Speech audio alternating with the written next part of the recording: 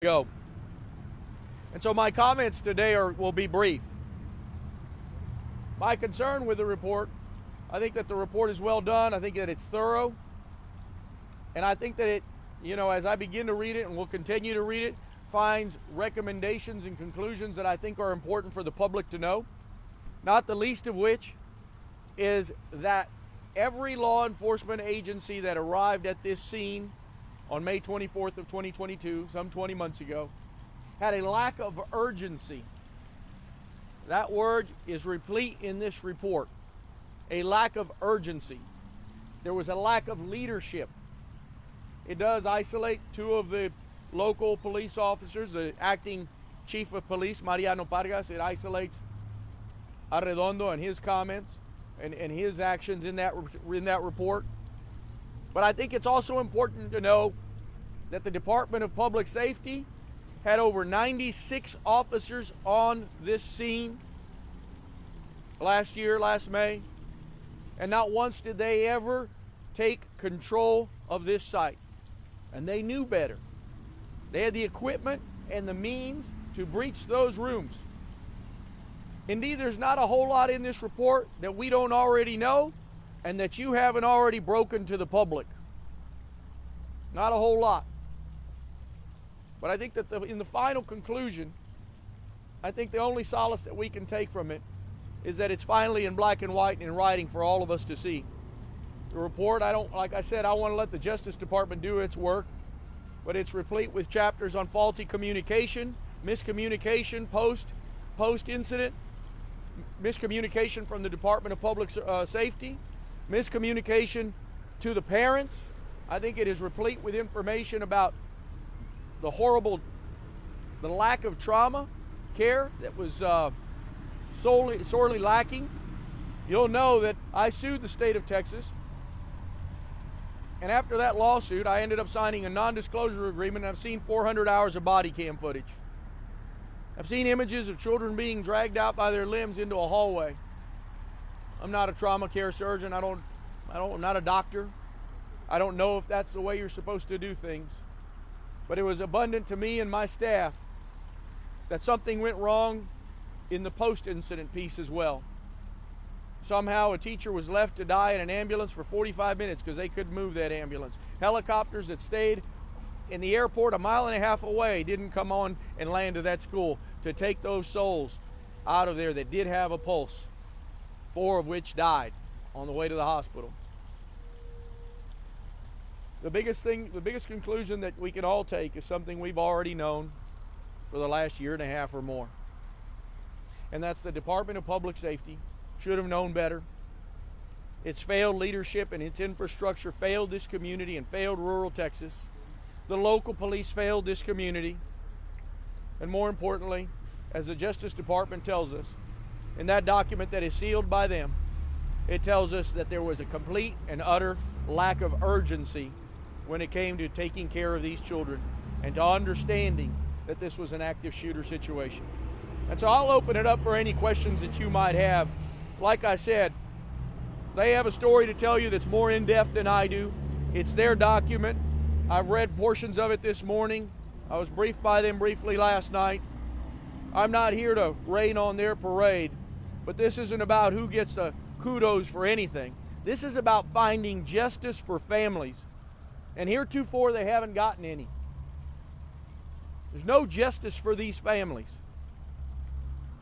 By the way, there's not an amount of money that's going to bring their kids back. But sadly, in all of this gross negligence that occurred on May 24th here in Uvalde, Texas, all of these agencies are covered by something called governmental immunity.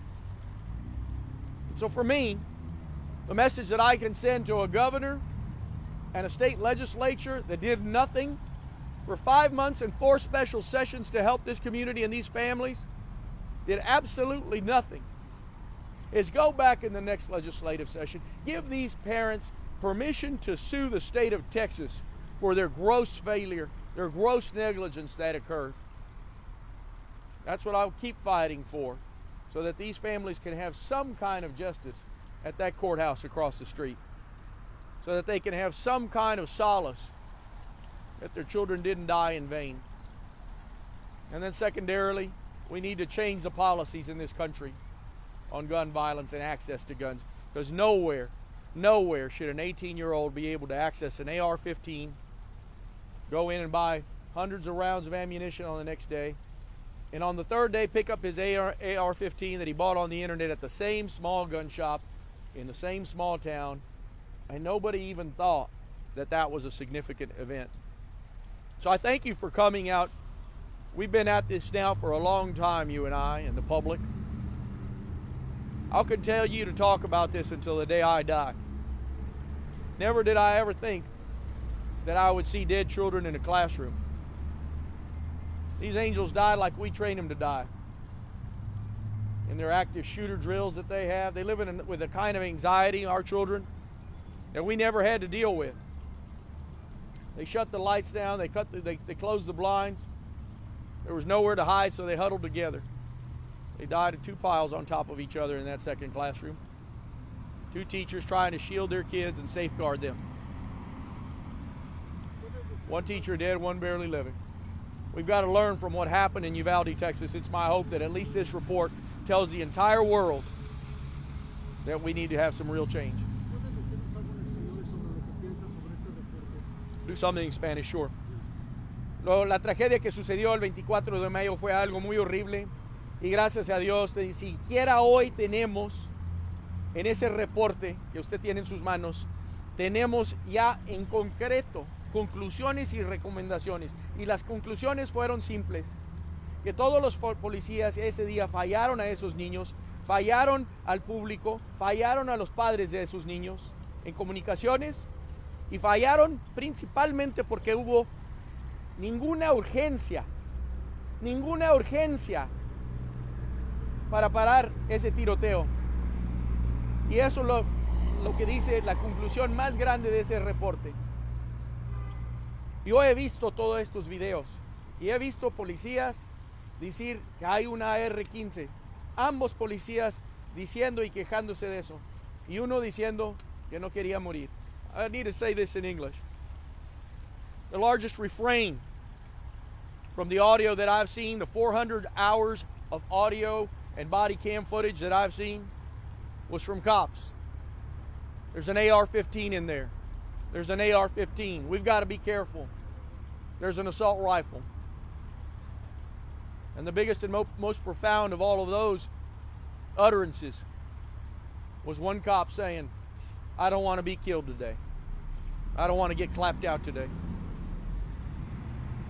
Those children didn't want to be killed either. I hope that people in this country remember this incident for the rest of their lives. Because in some way we're all responsible.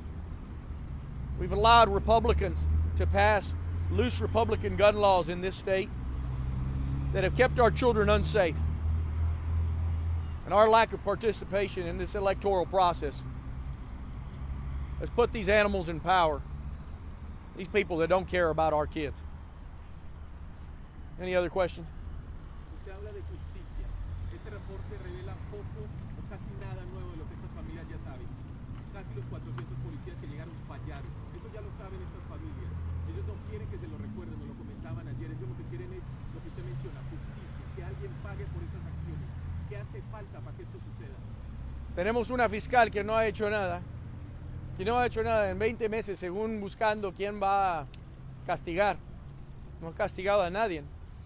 Y si castiga a dos personas, como dice este reporte de que los dos oficiales, Vargas y Arredondo, debe de castigar muchos más, y muchos bajo del Departamento de Seguridad Pública.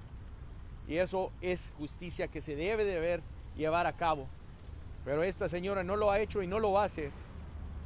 Y eso es imperdonable.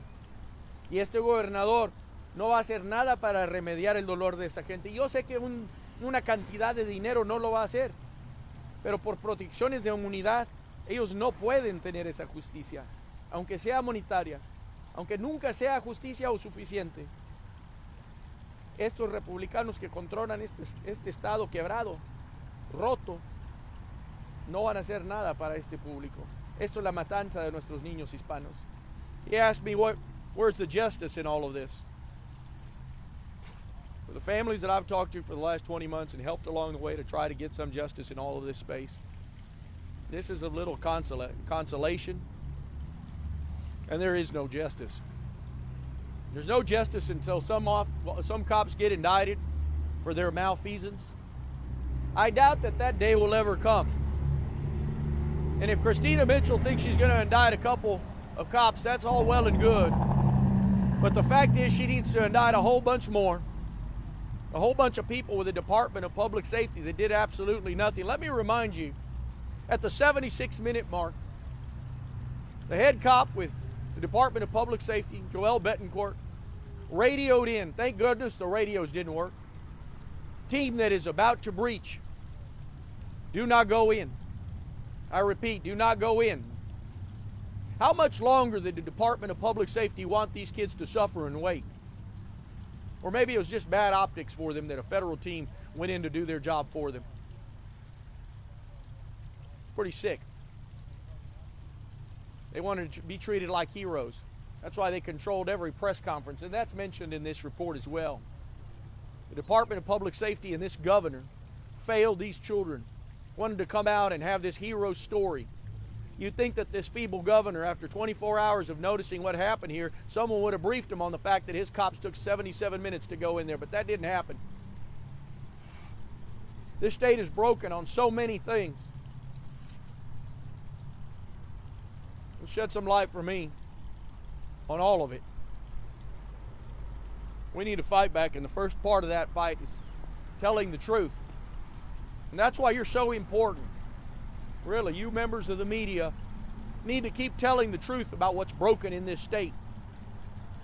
And it's all broken. And we deserve so much more and so much better than we've got. I have a question. The narrative you keep saying, they kept saying there's an AR in there, there's an AR. Why wasn't the narrative there are kids in there? There are kids in there. Those cops were cowards, and those kids were braver than the cops.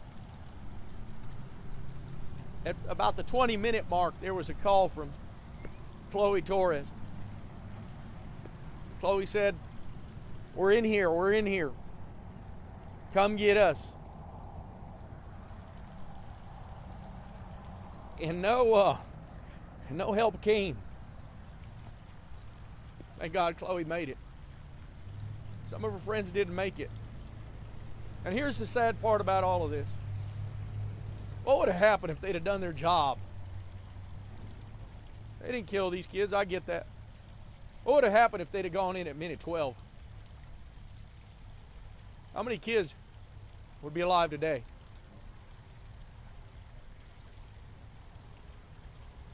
They all need to explain themselves to us. There was a memo that was exposed by one of the agencies, one of the news stories, an internal memo with DPS, where Steve McCraw says, relax. No one's going to get fired over this. There's been no accountability at this agency. One man they said was fired was allowed to retire. And the other Texas Ranger, they said they fired, is still on the payroll, $100,000 later, sitting on his couch. Steve McCraw will tell me, well, that's because the DA's investigation isn't done yet. You all heard in that leaked story several months ago where more than one, more than two, and more than 5 cops uttered about that gun. These cops were afraid of that gun. They don't have the decency and the fortitude to go into that building in Dawson or into the halls of Washington as law enforcement and say, do something about this gun, because it's a killer. It's a killer of kids. It's a killer of human beings. It's a war rifle and nothing more. I have a whole lot of guns, and I fired that one. Most powerful gun I've ever fired. We need to do something about this for sure. I want to thank you all today for coming. I know that if you don't have any further questions, I'm sure they're waiting on you down the hall. They moved their press conference to 11 down the street. Does anybody have anything further? Seguro. Señor Gutierrez, usted leyó este informe. ¿Cómo califica las acciones de la policía? Es una gran negligencia lo que sucedió. Y más que eso, Fue criminal lo que sucedió. Fue una negligencia en no rescatar a estos niños y no darles la habilidad de tener una oportunidad de vivir. Estos tiroteos resultan a través de todos los Estados Unidos, se acaban en los 12 minutos. 77 minutos pasaron porque estos policías fueron cobardes. Usted leyó este informe completo, vio el video. He visto 400 horas de video anteriormente, no he leído texto en total, nomás secciones. Usted hablaba del control de armas. En este momento es un incidente como este pone este tema otra vez sobre la mesa. Yo he visto niñas sin fachada, sin cara, por lo que le sucedió por esta bala, de esa arma. Tenemos que hacer algo de esta R-15, que es una arma de guerra y no tiene no debe estar en el público. Y la última pregunta es, muchos de los oficiales que nombran en este